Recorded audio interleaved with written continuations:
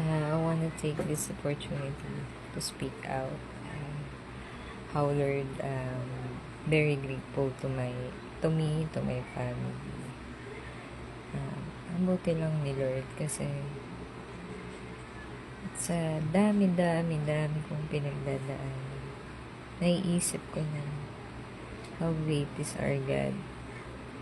Kahit simpleng bagay na nagagawa niya for me, it's a miracle. Kasi although para sa iba maliit lang, pero sa akin I think malaki na siya kasi yung miracle, simple things na miracle na ginagawa sa'yo ni Lord, it's a big deal na for you. Hindi ko na ma-specify what's I'm talking about, but basta ang buti lang ni Lord kasi for those things na pain, depression, anxiety, how to recover, mga obstacles na pinagdaanan ko, grabe yung pain, how hard is life, I think suicidal, nawala ako sa sarili ko, in control, in pain, lahat.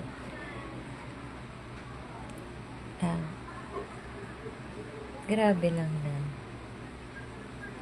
pinararamdam sa'yo ni Lord na nandyan siya, na hindi ka na pinababayaan.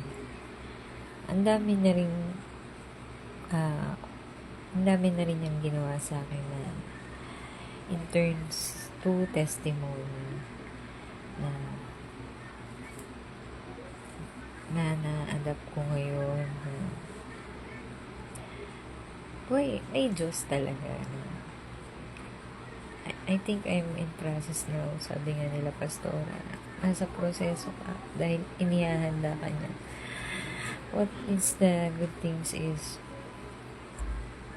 how great me na ako yung pinili, one of the choice of God, na napaka-grateful ko lang na isa ako sa pinipili na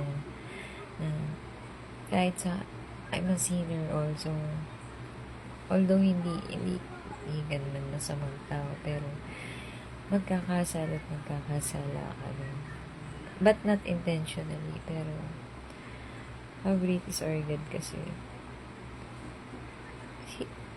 He chose you na mahal ka niya, anak, dito lang ako, ganun. Sa daming pinagdaanan, ngayon ko nare-realize na napakabuti ng Lord sa akin. Kasi maliliit na bagay na ginagawa niya for me, na-appreciate ko na He's King of King, Lord of Lords. Napakabuti lang ng Diyos. Gusto ko lang i-share na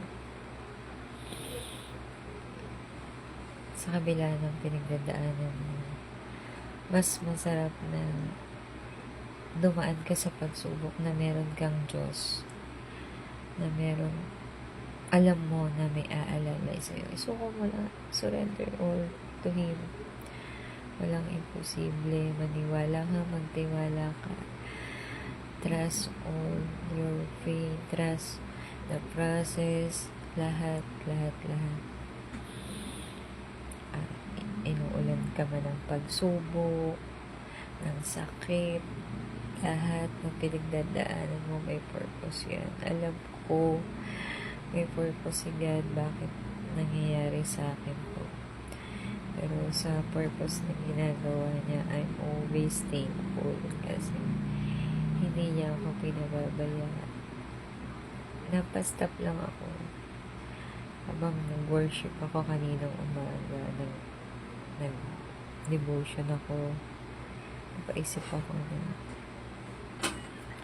sa araw-araw kong iniiyak, sa araw-araw kong pain, alam ko na yung pangarap ko lang, mas malaking pangarap ng Diyos sa akin. Kaya dito pa ako, lumalaban pa ako.